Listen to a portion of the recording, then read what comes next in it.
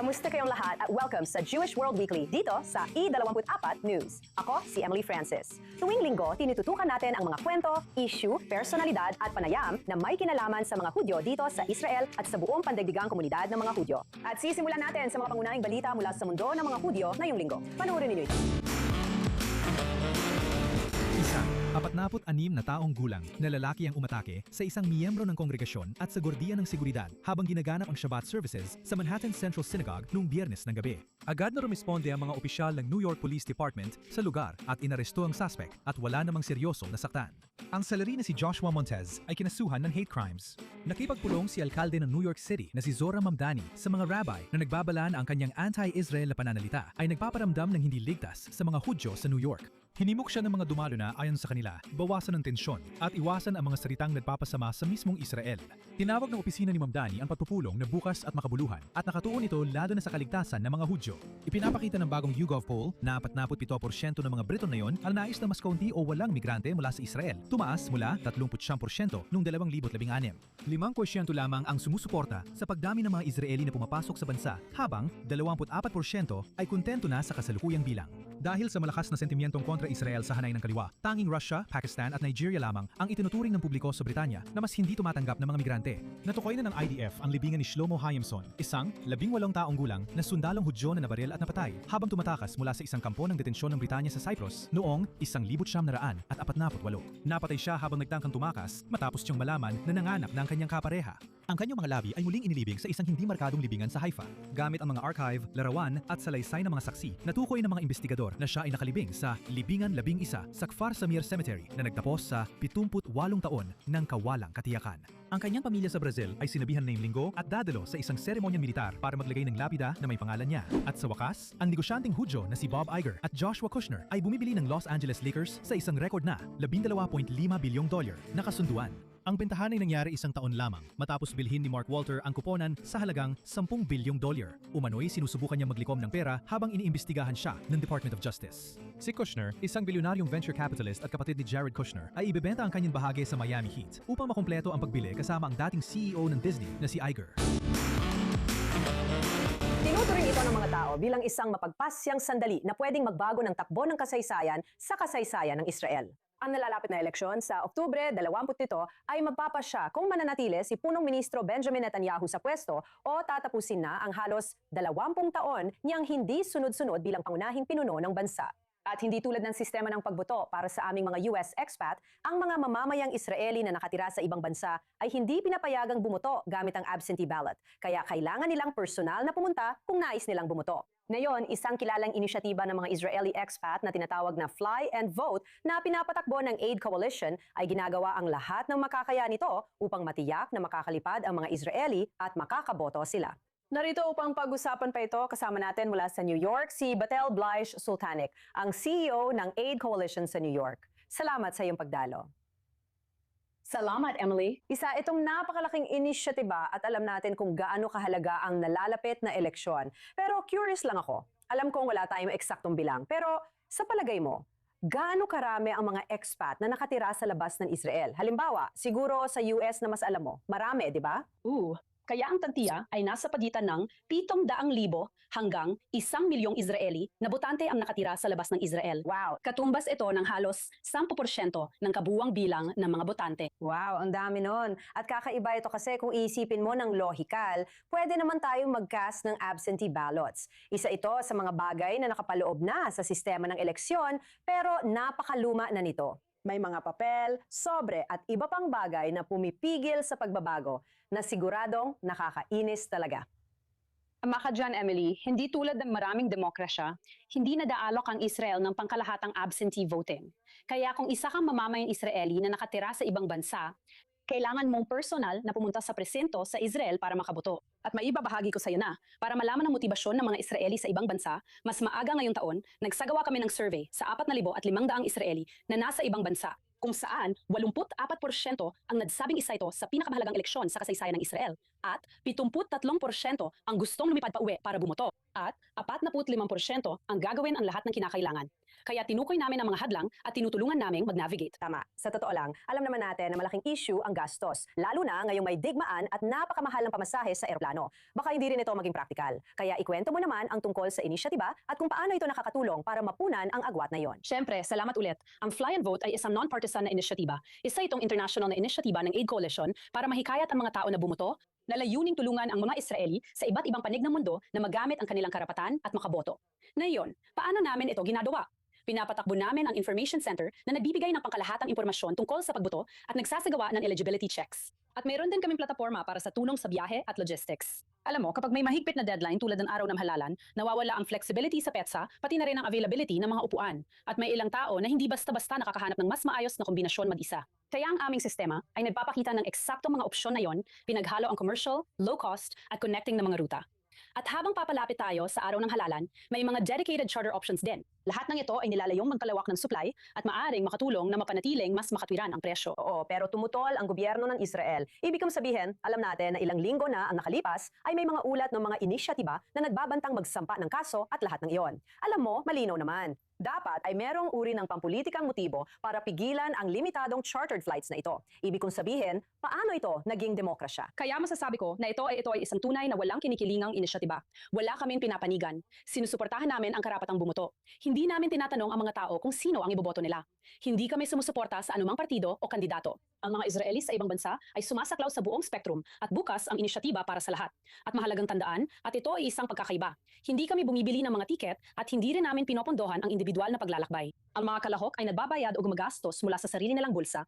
Nagbibigay kami ng impormasyon at access sa mga opsyon sa paglalakbay. Oo, napakahalaga niyan. Ngayon, ang tanong ay, ilan ang inaasahan natin? Sa tingin ko, hindi talaga natin alam. Lalo na't marami pa ring airline ang hindi pumupunta sa Israel. Sa palagay mo ba ay sapat na ito para makagawa ng pagbabago? Kaya sa kasalukuyan, mahigit 30,000 na ang nagparehistro sa inisyatiba. May babahagi ko sa inyo na ayon sa mga pinagkukunan sa industriya, mayroong 300% pagtaas sa booking ng mga tiket para sa mga araw bago ang eleksyon na yung taon kumpara sa karaniwang antas. At sa totoo lang, yan mismo ang sinusubukan naming maintindihan na yon. Rehistrasyon at pagpapalaganap ng kaalaman para sa unang yugto. At ang susunod na yugto ay ang pagtukoy kung sino na ang may biyahe, sino pa ang nangangailangan ng tulong, at paano pa namin higit na matutulungan. Alam mo, matulungan silang malampasan ng mga hadlang at kakalansad lang namin ng isang pampublikong survey ngayong linggo upang malaman kung ilang mga Israeli ang nagpaplanong bumoto at upang makita kung nasaan na sila at paano pa namin sila matutulungan. Wow, kaya talagang malaki ang trabaho at paano ninyo ipinapaabot ang balita? Kahit saan may mga komunidad ng Israeli, lahat ng social media platforms, PR, kahit saan talaga, ipinapakalat namin ang balita kahit sa pamamagitan mo na yun Tama mismo yan, sa alam na sandaling namin yung ito. bahagi na yan. Sige, maraming salamat. Magiging interesante talaga makita kung anong kalalabasan nito. Batal Batel Blyche Sutonic, CEO ng Aid Coalition sa New York. Salamat! Ang mahalaga ay makarating kayo sa Israel at makaboto. Hindi dapat maging dahilan ng layo para mawalan kayo ng boses.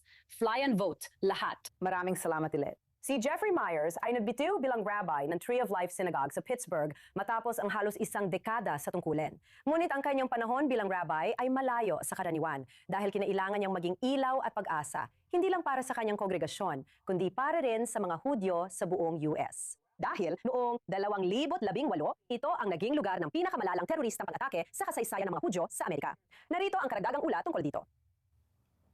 Tinapos ko ang kabanata nito na may pasasalamat lamang para sa mga biyayang aking natanggap. Nang tinanggap ni Jeffrey Myers ang tungkulin bilang rabbi at kantor ng isang sinagoga sa Pittsburgh noong 2017, hindi niya kailanman inakala kung ano ang magiging papel niya pagkalipas lamang ng isang taon. Noong Sabado ng umaga, ika-27 ng Oktubre 2018, 11 sa kanyang mga miyembro sa Tree of Life Synagogue ang pinagbabaril ng isang alt-right na ekstremista. Ginawa itong pinakamalalang anti-Semitic na pag-atake sa kasaysayan ng Amerika. Si Rabbi Myers ay biglang napunta sa pambansa at pandaigdigang atensyon na binigyan ng mabigat na tungkulin na mamuno, ngunit pati na rin ang tumulong sa paghilom ng kanyang kongregasyon. Ang papel na inyatang sa akin ay ang bahagi ng pagpapagaling upang ihanda ang kongregasyon na pumasok sa bagong kabanatang ito at kung ano ang maaring itsura nito. Ano ang itsura ng isang kongregasyon na nakaranas ng isang mass shooting? Gamitin ito bilang pagkakataon para baguhin ang kanilang sarili at ano ang gusto nilang maging. Si Rabbi Myers ay nasa sinagoga noong araw na yon at nagawang magtago mula sa armadong lalaki. Ang 11 nasawi ay may edad mula 54 hanggang 87. Ang responsibilidad na. Kasama ng pagiging isang pinuno ng pananampalataya na nakaligtas sa isang napakakilabot na pangyayari ay tiyaking ang karangalan at dignidad ng 11 biktima ay laging pinangangalagaan sa pinakamataas na antas. Pagkatapos ng pag-atake, sinabi niya na nahirapan siyang magdasal. Binasa niya ang aklat ng mga awit, sinusubukang hanapin ang kahulugan. Sa gitna ng pagbabasa ng lahat ng 150 na kabanata, natagpuan niya ang linyang sa kabanata 121 na nagsasabing ang aking tulong ay nagmumula sa Diyos, lumikha ng langit at lupa. Sabi niya, ito ang nagbigay sa kanya ng lakas at tapang para pang-asiwan ang sitwasyon. Nagpatoto siya sa paglilitis ng umatake at tumulong siyang muling buuin ang komunidad, kapwa emosyonal at pisikal. Simula nang mangyari ang pag-atake, bakante na ang gusali habang dumipat ang kongregasyon sa ibang lugar. Ngunit isang bagong itinayong sinagoga ng Tree of Life ang magbubukas sa 2028. May ginagawa sa pangunahing santuaryo ng gusali na mananatili. Ang susunod na bahagi ng gusali ay malamang na mapasailalim sa konstruksyon sa loob ng ilang buwan. Siguro sa loob ng 2 taon, makakabalik na tayo sa isang permanenteng tahanan, sa isang bagong gusali na magkwento ng nangyari at magsisilbing alaala sa mga nangyari at magtuturo sa mga tao tungkol sa antisemitismo. Kaya kami ay medyo nasasabik sa hinaharap dito. Si Rabbi Myers ay magre-retiro sa edad na 70 at nag-iiwan ng isang pamana na kakaunti lang ang makakapag-akala noong siya ay nagsimula. Ngunit isa itong pamana na tiyak na pinasasalamatan ng mga tao. Ang pagdaan sa ganung karanasan ay hindi madali at siya ay nagpatuloy na maging matatag at inalagaan ang lahat. At sa tingin ko, nararapat lang na magpahinga na siya mula rito. Walang sinuman ang dapat makaranas ng matinding hirap na pinagdaanan ni Rabbi Myers habang pinamumunuan ang kanyang kongregasyon at komunidad. At nagawa niya ito sa isang napakaganda at matatag na paraan, palaging namumuno ng may pag-asa para sa hinaharap.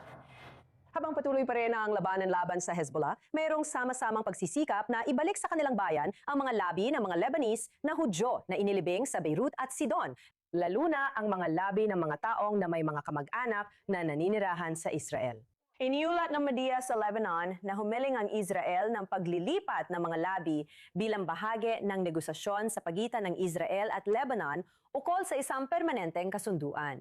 Kasama natin ngayon mula sa Boston si Frank Salame, profesor ng Near Eastern Studies sa Boston College. Kumusta? Salamat sa iyong pagdalo. Salamat sa paanyaya. Pinahahalagaan ko ito. Bilang isang taong maraming alam tungkol dito, nagsulat ka ng mga libro tungkol sa kasaysayan ng mga Hudyo sa Lebanon. Ikwento mo pa. Ibig kong sabihin, alam namin, dahil may muling pag-usbong na nangyayari sa Syria. Pero ang komunidad ng mga Hudyo sa Lebanon ay napakatatag sa loob ng maraming siglo. Oo, ibig kong sabihin, ito ay isang napakatandang komunidad. At hindi ako ang nagsasabi nito. Ito ay, alam mo, mga miyembro mismo ng komunidad at ang kanilang sariling mga memo, mga sulatin sa archive ng komunidad. Tinutuntun nila ang kanilang pinagmulan hanggang sa panahon ng Biblia, tama? Nangyari rin ang mga kwento sa Biblia sa Lebanon tulad ng sa Israel. Kaya hindi yun mga nomadikong komunidad, hindi yun, alam mo, pansamantalang komunidad o mga dayuhan na nagmula sa ibang lugar, tama? Hindi ganon. Itong buong ideya ng repatriation, kumbaga sa panipi ng mga labi ng mga Hudyo mula sa Lebanon. Kung ito nga ay bahagi ng negosasyon, labis akong nababahala. Dahil nakakatulong ito sa isang paraan sa pagbura ng kasaysayan ng mga Hudyo mula sa makabagong kasaysayan ng Lebanon. Kaya hindi lang natapos ang uri ng pagpapatapon sa mga Hudyo mula sa Lebanon noong unang bahagi ng dekada 90, kundi ngayon ay alam mo, gagamit ako ng malakas na salita dito, merong isang pagtatangka kung ito, ang mga negosasyong ito ay talagang nangyayari. At ako, dalawang isip ako tungkol dito dahil hindi ko alam kung kaya ba ng pamahalaan ng Lebanon na pumasok sa negosasyon tungkol sa mga labi ng mga Hudyo sa Lebanon. Ito ay kumukumpleto sa bilog ng Judenfrei, ika nga, ang uri ng paglilinis ng Lebanon, ng kasaysayan ng mga Hudyo. Ang mga buhay ay umalis na pero parang tinutulungan namin ng Hezbollah na. Array para is alisin Stewart. ang mga labi. Para tuluyang alisin, burahin ang anumang bakas at simbolo. Sa dalawang Napaka-interesante linguista niyan. na yun, Oo, kailangan napaka-interesante niyan. Interesanteng pananaw. At hindi ko pa yun naisip dati. At iniisip ko rin, alam mo, ang unang bagay, hindi naman talaga bahagi ng batas ng mga Hudyo ang maghukay ng bangkay. Ibig kong sabihin, naintindihan natin noong panahon ng Inquisition, lahat ay sinusubukang mailibing ang kanilang pamilya sa bundok ng mga ulibo. Pero mula sa pananaw ng mga gustong mangyari raw ito, makakatulong ba ito mula sa pananaw na iyon para sa kanilang mga ninuno, ibig kong sabihin sa kanilang mga kamag-anak dito sa Israel upang magkaroon ng kahit anong uri ng kapanatagan o pakiramdam ng pagkakumpleto? Oo, talagang lubos ko nauunawaan ng emosyonal na bahagi nito. Pero sa panig ng kasaysayan, bilang isang mag-aaral ng kasaysayan, medyo nababahala ako doon dahil may mga Hudyo pa rin sa Lebanon. Siyempre, wala kaming rabay. Kaya alam mo, yung proseso ng kapanganakan, kasal at libing, alam mo, ang ordiriwang ng buhay Hudyo ay imposible ng walang rabay. Karaniwan, alam mo, hanggang noong dekada 90, ang Lebanon ay nag-aangkat ng rabay mula Turkey para magsagawa ng huling ritual at iba pa. Pero alam mo, ang kawalan ng rabay dahil sa mga halatang dahilan ay may kinalaman sa Hezbollah. Alam mo, ang nakatagong antisemitismo, kung gusto mo, ay ginagawang imposible yon. Kaya unti-unting nawawala ang komunidad. Kaya yon, alam mo, talagang lubos ako nababahala doon. May sense. At ang tanong ko rin ay, alam mo, ibig kong sabihin, alam natin na gumawa na tayo ng mga kwento tungkol sa, alam mo, sa Syria mula noong bumagsak ang rehimen ni Assad na gustong bumalik ng mga Syrian ng Hudyo para kunin ang kanilang mga ari-arian at buhayin ulit ito. Oo, malaki talaga ang komunidad ng mga Hudyo sa Syria at mas malaki rin ang bansang iyon. Pero meron bang ganoong pagnanais? Kapag natapos na kaya ang labang ito balang araw, meron bang ganoong pagnanasa? Oo, sigurado. Sa tingin ko, ang mga Hudyo sa Lebanon, yung mga umalis o napilitang umalis, dapat ay makabalik sila. Alam mo, may malalim akong pagdududa tungkol sa kanila, alam mo. Nababalik pa sa Lebanon para muling multatag ng presensya. Babalik lang sila, tulad ko bilang isang Kristiyanong Lebanese, babalik lang kapag may pagkakataon para bumisita.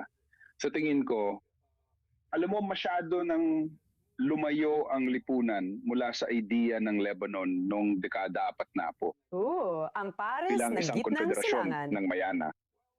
Hindi lang yon, alam mo, ang ideya ng maraming komunidad na kayang mamuhay na magkatabi at may pagkakaisa ay matagal nang nawala.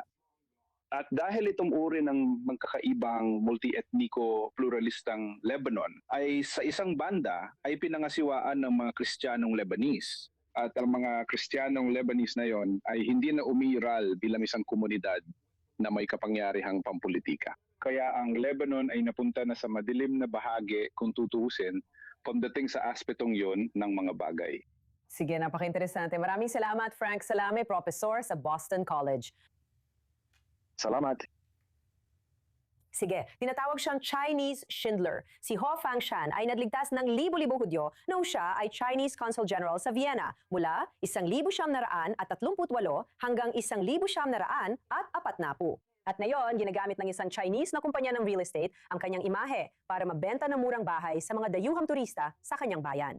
Ang kanyang anak na babae, galit na galit tungkol dito. Narito pa ang balita mula kay Alex Luss. Isang Chinese na website ng real estate ang napasama sa isang kakaibang kontrobersiya tungkol sa pag-alala sa Holocaust matapos gamitin ang pamana ng isa sa pinakadakilang kaalyado ng mga Hudyo mula sa China para magbenta ng mga bahay.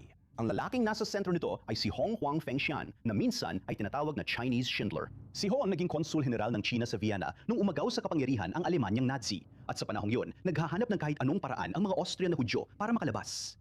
Pero para makaalis sa teritoryong kontrolado ng Nazi, kailangan nila ng patunay na may ibang bansa na tatanggap sa kanila. Diyan pumasok si Ho. Nagsimula siyang magbigay ng mga visa papuntang Shanghai para sa mga pamilyang Hudyo, libo-libo sa kanila, kahit na hindi naman talaga kailangan ng entry visa sa Shanghai noong panahong yon. Pero ginawa niya ito para bigyan ng mga dokumentong kailangan ng mga Hudyo para makatakas at ipinagpatuloy niya ito kahit may pagtutol mula sa kanyang mga nakakataas. Hindi masyadong nalaman ang kanyang ginawa noong nabubuhay pa siya, pero pagkatapos ng kanyang kamatayan, kimilala siya ng Yad Vashem bilang righteous among the nations. Isang parangal na ibinibigay sa mga hindi Hudyo na nagbuwis ng sarili nilang buhay para iligtas ang mga Hudyo noong Holocaust. Ngayon, makalipas ang ilang dekada, isang website ng mga ari-arian sa bayan ni Ho, sa Yiyang, ang gumamit ng kasaysayang yon sa isang headline na nag-a-advertise ng mga bahay na nagkakahalaga ng $40,000. Inyugnay mismo ang kanyang pagliligtas sa mga Hudyo sa isang patalastas ng real estate. Ang kanyang 75 taong gulang na anak na babae, si Manlin Ho, ay nagsabi na lumampas iyon sa hangganan, tumututol sa nakikita niyang commercial na paggamit ng pamana ng kanyang ama. At matapos ang mga reklamo, isinara na ang website. Kaya ito ay isang kakaibang kwento ng real estate na muling nagbigay pansin sa isang kahangahangang bahagi ng kasaysayan ng Holocaust. Habang nagsisimulang isara ng karamihan sa mundo ang kanilang mga pintuan sa mga Hudyo, isang diplomatang Tsino ang gumamit ng kanyang kapangyarihan upang pumirma ng mga visa at tulungan silang makatakas kahit pa tinutulan ito ng kanyang mga nakatataas. Hindi mo na kailangang maglakbay sa sangandaan ng mundo o sa sentro ng Broadway scene ng New York City para matikman ang pinakasikat at pinakamatagal ng mga musical hit. Ngayon, isang lokal na grupong pangteatro ng Israel na tinatawag na Hamakor ang muling binubuhay ang Guys and Dolls na may cast na puro nagsasalita ng Ingles at sa wikang Ingles din ito itinatanghal. At nagsusuot na sila ng kanilang mga sapatos sa pagsayaw para magtanghal sa Culture Center ng Tel Aviv sa Habima Square. Narito pa ang iba pang detalye sa aking ulat mula sa center stage.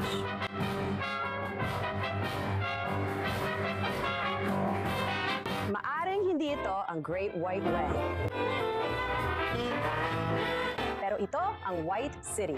At ang Broadway classic na Guys and Dolls ay nagpapasigla sa eksyenang pangkultura ng Tel Aviv. Sa New York, kung gusto mo manatiling relihiyoso, halos imposible gawin yon at sabay na nasa show business ka rin. At nagpasya kong manatiling relihiyoso at isinuko ko ang aking karera sa pag-arte. Halika at tingnan mo. Tingnan, si Joey Silverman, isang retiradong dentista mula New Jersey, ay sumusubok ng kapalaran at muling binubuhay ang kanyang karera sa musical theater sa Tel Aviv. Salamat, Sky Masterson. At ang malaking sugarol, yung tao na kayang tumaya sa kahit ano at laging nananalo. At napakaganda ng cast, binubuo na masasayahing matatanda at mga bata na talagang dedikado rito.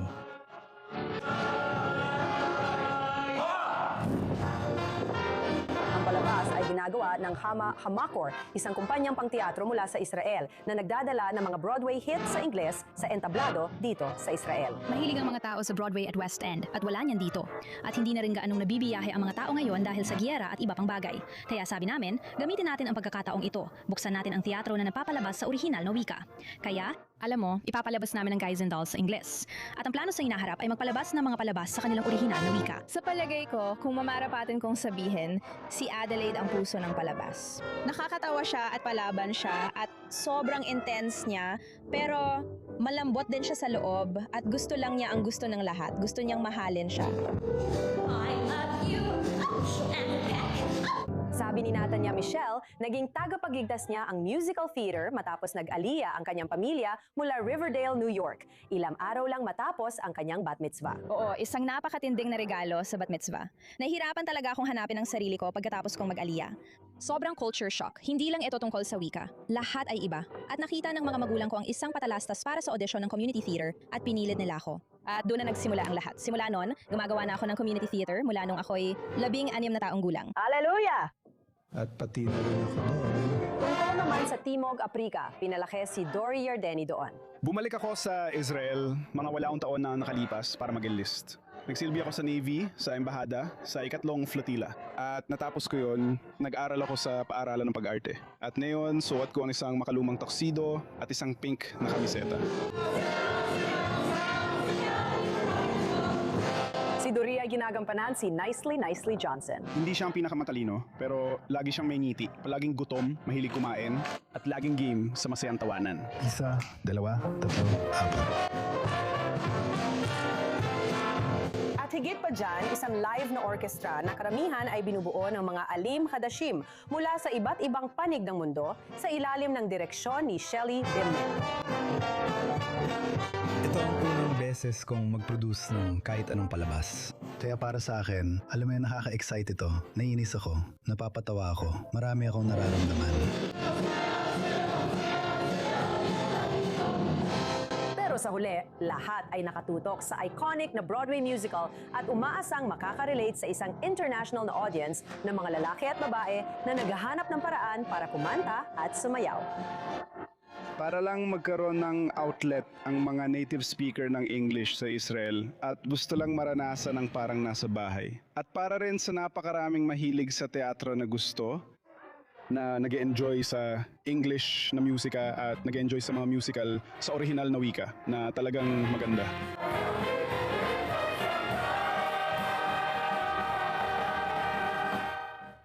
At iyan lang para sa episode ngayong linggo ng Jewish World Weekly. Maaari kayong pumunta sa aming YouTube channel o social media at marami pang iba para makahabol dito, pati na rin sa mga nakaraang episode. Sana ay nagustuhan ninyo ang palabas na ito. Ako si Emily Francis. Salamat sa panonood at shalom mula sa Tel Aviv.